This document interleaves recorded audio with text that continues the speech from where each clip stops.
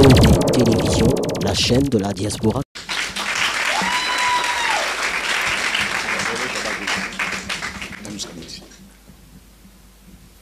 Alléluia. Je vous salue tous au nom du Seigneur Jésus-Christ. Vous me permettez de danser un peu parce que je suis dans la joie. Parce que Christ est vivant.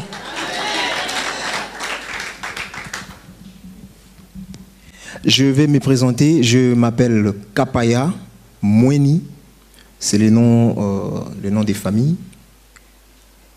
Et je suis le dernier de la famille, d'une famille de 7 enfants. Aujourd'hui, je suis père de 5 enfants, grâce à Dieu. Je viens de la ville des Lieux Saints, en Île-de-France. Je vais vous faire un court témoignage, parce que j'ai un long témoignage. En fait, je me dis que toute ma vie est un témoignage pour la gloire de Dieu. Parce que sans Dieu, je ne serais pas là devant vous, en train de témoigner. Je n'aurais même pas mes enfants qui sont là, en train d'écouter ces témoignages. Je pense que c'est pour la première fois qu'ils écoutent ces témoignages. Mes frères et sœurs, je viens de loin. J'étais, je peux dire, j'étais un vrai païen, donc un mauvais. J'étais dans le monde. J'ai grandi dans cette famille de 7 enfants. À Kinshasa, capitale de la République démocratique du Congo, en Afrique centrale. J'ai grandi dans une commune un peu influente de Kinshasa, la commune des Bandal, là où est sorti presque plusieurs stars du pays. Alors dans la commune de Bandal, j'étais un garçon, le dernier de la famille, cajolé dans la famille. J'avais vraiment l'amour de mes parents. Et on avait, comment dire, c'était une famille modeste. Arrivé un moment, je cherchais comment faire pour réussir ma vie, comme ça se passe dans la vie de tous les garçons qui grandissent et tout. Alors, nous avions à l'époque un grand groupe du pays, là où je vous ai dit qu'il y a des stars. C'était un grand groupe. En fait, nous, en tant que jeunes, et j'étais païen, j'étais vraiment dans le monde, on regardait ce groupe-là. Pour nous, ils étaient comme des modèles. Donc, c'était nos grands frères.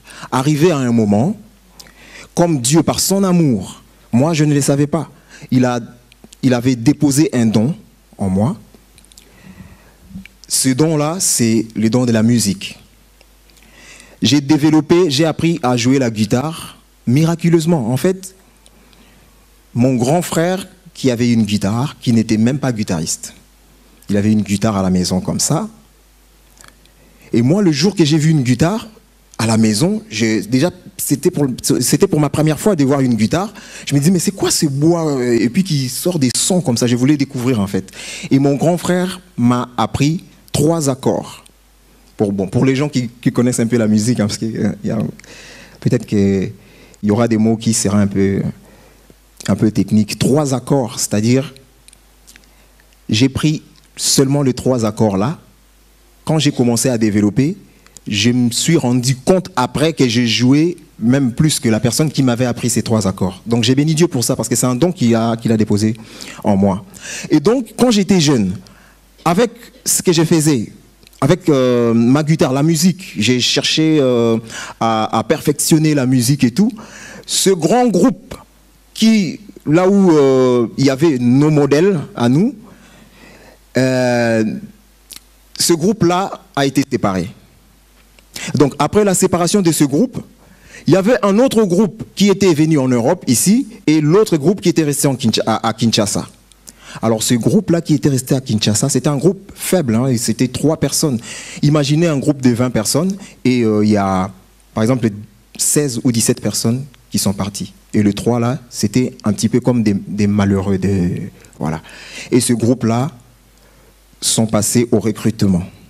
J'étais surpris de voir qu'on était venu me chercher à la maison. J'étais à la maison de mon père et de ma mère, en train de chercher la vie comme tout jeune garçon sorti d'une famille assez modeste. Et je vois les grands frères du quartier entrer à la maison pour me dire « On a besoin de toi dans ces groupes-là parce que regarde ta famille, comment elle est, regarde toi-même, tu n'as même rien, des fois tu n'as rien à manger, même rien pour t'habiller et tout, mais réfléchis, hein, réfléchis à la vie et tout, donc viens, on part. » Et c'est comme ça que je suis parti. Je serai vraiment court. C'est comme ça que je suis parti dans ce groupe-là. Alors qu'est-ce qui se passe dans ces groupes?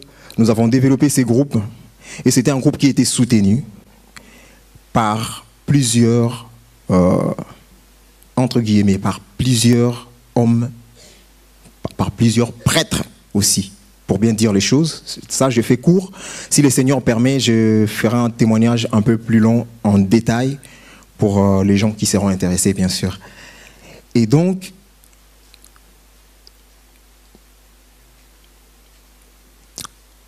ils étaient en train de chercher le nom de ce groupe. Alors, on avait fait un voyage dans une province et on était invité voilà, chez le gouverneur de cette province. Et pendant qu'on était en train de jouer, à la fin, le fondateur de ce groupe-là est venu et c'est là qu'il a baptisé ce groupe-là. Il a baptisé au nom de Maison Mère. En fait, ce nom Maison Mère, ce nom Maison Mère là c'est le nom que porte l'Église catholique, si vous voulez bien. Donc c'était un groupe qui était, j'étais jeune, j'étais païen, j'étais là, j'avais envie d'avoir la gloire, je voyais le succès, voilà, je vais jouer dans ces groupes et voilà, Dieu va nous aider et on va aller en Europe, je pourrais bien construire ma vie, avoir un avenir et tout. Moi, c'était ça. Jeune, je ne voyais rien. Mais en fait, le nom Maison Mère, c'était par rapport à l'Église catholique parce qu'il y avait des prêtres qui soutenaient aussi ce groupe. Alors, nous avons évolué dans ces groupes, nous avons évolué dans ces groupes, ignorant que j'étais de ce qui se passait dans les ténèbres, parce que dans le monde, il n'y a pas la vie. Le monde, tout ce qui se passe dans le monde, c'est le mensonge, en fait. La gloire du monde, la joie que le monde donne, c'est du faux. Je vous assure, c'est du faux. Parce que j'étais à fond dans la joie, je pensais que je prospérais, je pensais que j'étais bien, j'étais dans la paix, succès. Je me rappelle un jour, nous sommes venus en France en tournée pour faire la salle de Bercy. Pour jouer à Bercy, l'affiche qu'on avait fait, j'étais juste surpris de voir qu'on m'a apporté le soutane, une soutane noire, voilà. Le soutane des prêtres, en fait, si vous voulez. C'était vraiment... En fait, j'ai pris la photo, mais je ne voyais pas la grandeur. Mais le jour où l'affiche est sortie, c'est là que je me suis rendu compte que j'ai été présenté comme un prêtre, en fait. Donc, nous avons joué à Bercy, mais c'était comme des prêtres qui viennent jouer. En fait, ça, je l'ai compris après que le Seigneur m'a délivré. Parce que je ne suis plus païen, le Seigneur m'a délivré. Le Seigneur a transformé ma vie. Et ce témoignage, il a permis que vous puissiez l'entendre. Moi, votre frère, je ne sais rien, mais le Seigneur, il sait ce qu'il veut faire dans la vie de chaque personne qui écoute ces témoignages. Moi, je ne fais que transmettre. Parce que même ces témoignages-là, l'ennemi n'avait pas voulu que ces témoignages soient libérés. Pourquoi? Un jour, nous sommes allés à Londres, et dans ces tournées-là, il y avait le chef du groupe qui avait fait son plan. En fait, pour revenir un peu à ce qui vient de se dire ici, l'amour dans le monde, ce n'est pas pareil de l'amour de Dieu. L'amour du monde nous voile, en fait, nous voile les yeux. L'amour du monde, c'est les ténèbres. C'est quelque chose qu'on ne peut jamais comprendre intellectuellement comme ça, physiquement comme ça. Parce que je savais que j'étais vraiment dans l'amour, j'étais aimé dans ce groupe, j'étais le directeur artistique, j'étais les guitaristes les plus aimés.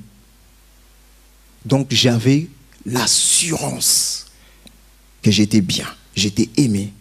Et j'ai travaillé sans arrière-pensée. J'étais un vrai païen, écoutez bien, un vrai païen. C'est-à-dire que je me voyais, j'avais la gloire, le succès, j'avais tout ce que je voulais, en quelque sorte.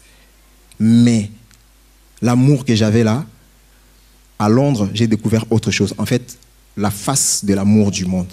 L'amour que le monde donne, c'est du faux, mes frères et sœurs. Il y avait un plan qui a été fait pour que je sois, moi, sacrifié. C'est-à-dire que on arrive à Londres, je rencontre quelqu'un qui m'approche pour me dire « Ouais, moi, je vais être avec toi pendant votre séjour de 2 semaines. Je vais t'aider à faire des courses et tout. Tu sais toi-même, non? Vous êtes ici, donc toi, tu t'es calme, tu restes tranquille. Moi-même, je vais aller chercher des choses et tout. Donc, tu vas rentrer bien. Je vais faire des valises et tout. Donc, tout se passera bien. Compte sur moi. » C'était ça, son discours. J'ai compté sur cette personne. Un jour, nous sommes sortis. Je devais dormir chez la personne. Alors qu'il y avait un plan qui était fait. Et ces plans-là, en fait, cette personne-là, c'était un féticheur. J'ai fait court, hein, c'était un féticheur, un vrai féticheur. Des gens, des missionnaires du diable. Des gens qu'on envoie en mission pour aller détruire la vie des gens. Et ces messieurs-là m'ont emmené chez lui pour que je reste là-bas. Et ils avaient prévu de faire leur cérémonie. Je ne sais de quoi. Mais une chose que j'aimerais bien souligner, c'est que, comme les dit presque tout, même les païens dans le monde, ils le disent. Moi, je suis né dans une famille chrétienne. Par tradition, je suis chrétien. J'ai même passé ma première communion. J'ai été baptisé à l'église catholique. Voilà, c'était un peu ça. Mais je croyais quand même à Dieu. Je croyais quand même à Dieu. Et c'est ce qui m'avait sauvé. Je n'avais aucune chance de sortir de la main de ces messieurs-là. Ils étaient 2. Ils m'ont emmené. Pendant qu'on était dans la voiture, ils commençaient à me faire des discours que je n'avais jamais entendus. Vous imaginez quelqu'un, vous êtes dans la voiture avec quelqu'un qui conduit, qui vous dit « Aujourd'hui, tu vas voir ce qui va t'arriver. » Aujourd'hui, toi là, tu verras. Au début, je pensais qu'il parlait il monologuait. Mais mon cœur, en fait, ça m'avait touché jusqu'au profond. En fait, profond. En fait, au plus profond de moi, j'avais senti qu'il y avait quelque chose qui ne marchait pas.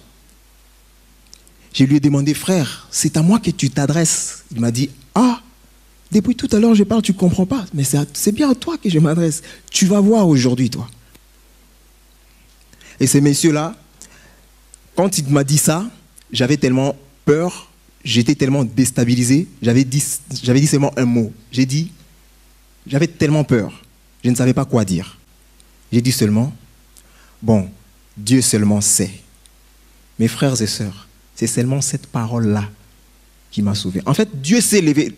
Quand j'ai prononcé le nom de Dieu, c'est ce que j'ai compris. Dieu s'est levé à partir de ces moments-là. J'ai dit à ces messieurs, s'il te plaît, comme nous ne sommes pas encore arrivés chez toi, tu peux faire demi-tour pour me ramener à la maison, s'il te plaît. Il m'a dit, quoi? Moi qui conduis, tu me dis de faire demi-tour? Toi, tu vas voir aujourd'hui. Bon, il m'a amené par force. Arrivé chez lui, il y avait ces féticheurs, l'autre féticheur qui était là avec lui. Donc, voilà, leur plan était de m'enlever la vie. Alors que je n'avais rien fait. Moi qui étais le chouchou du groupe. J'étais aimé. En fait, ce que je voyais, je n'avais fait rien du mal. J'ai joué la guitare, ils étaient contents. Ils me disaient, mais non, Seigneur, mais qu'est-ce que j'ai fait à ces messieurs? En fait, c'est ça l'amour du monde. On est déçu. Je ne pouvais pas sortir. Donc Dieu m'a délivré parce que j'avais prononcé son nom. Juste parce que j'avais cité le nom de Dieu. Mes frères et sœurs, j'ai quitté l'endroit où j'étais avec ces messieurs-là. En fait, ils voulaient me faire entrer dans la maison. Quand je voulais entrer, en fait,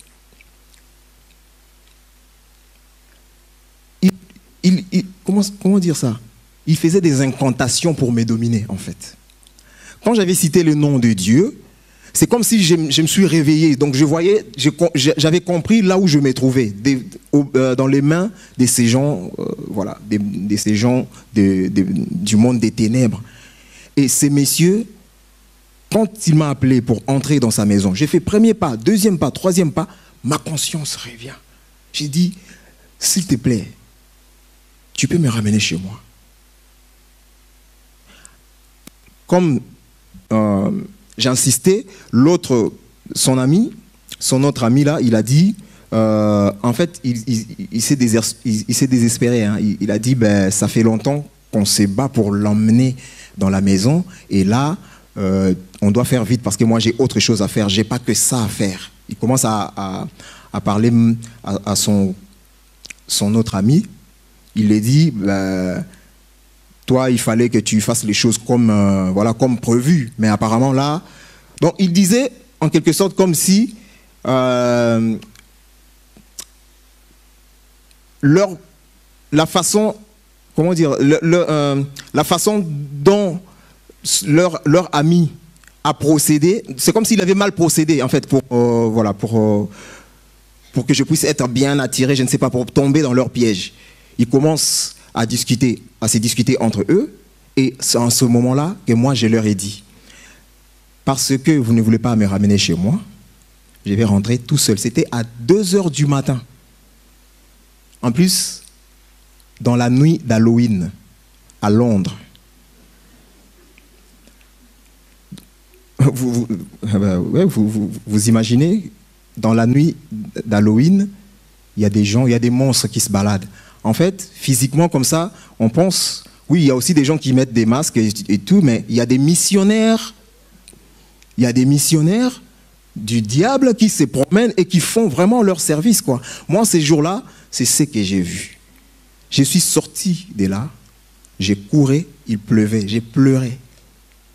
Je disais, Seigneur, j'ai laissé ma famille, mes parents. Je suis venu pour le travail.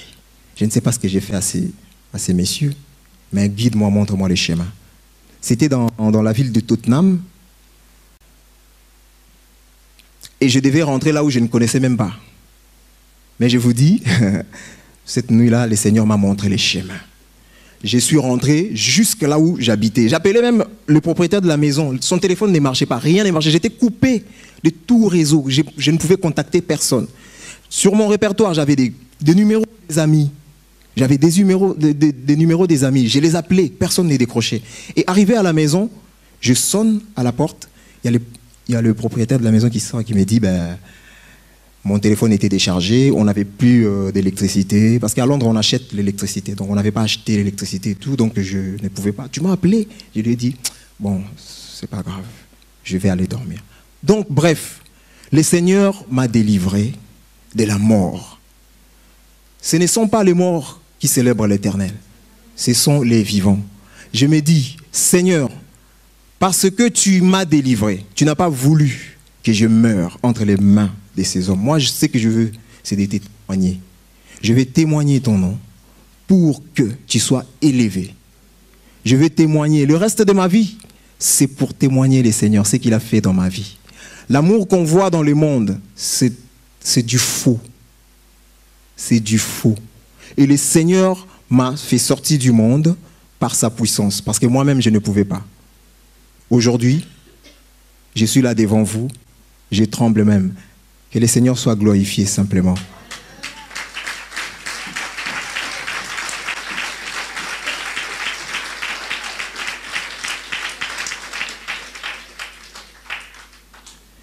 Si le Seigneur permet ces témoignages, je partagerai avec vous en long dans la chaîne de l'Église, si le Seigneur permet.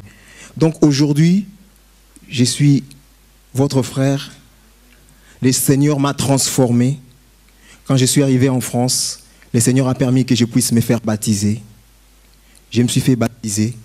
Aujourd'hui, je suis enfant de Dieu, selon la parole de Dieu qui dit, à ceux qui l'ont reçu, il a donné le pouvoir de devenir enfant de Dieu. Je n'ai pas peur de témoigner, parce que ce témoignage, c'est un témoignage qui est, je peux vous dire, je peux vous rassurer, c'est combattu. C'est combattu. C'est un témoignage vivant. C'est un témoignage que quand je le prononce, il y a tellement des amis proches, mes ex-collègues, qui sont là. Ils sont en vie et ils sont en action. Donc, c'est-à-dire qu'on s'est séparés. Pour témoigner, il faut avoir ce courage-là. Et moi-même, je n'ai pas ce courage-là. Mais le Saint-Esprit de Dieu, comme dit la Bible, hein, ils n'ont pas aimé leur vie jusqu'à craindre la mort. C'est ça la parole que le Seigneur m'a donnée. Il m'a dit, ils l'ont vaincu à cause du sang de l'agneau et à cause de la parole de leur témoignage. Et c'est ce que moi je ferai pour la gloire du Seigneur, pour que le Seigneur soit glorifié à jamais. Voilà, que Dieu vous bénisse.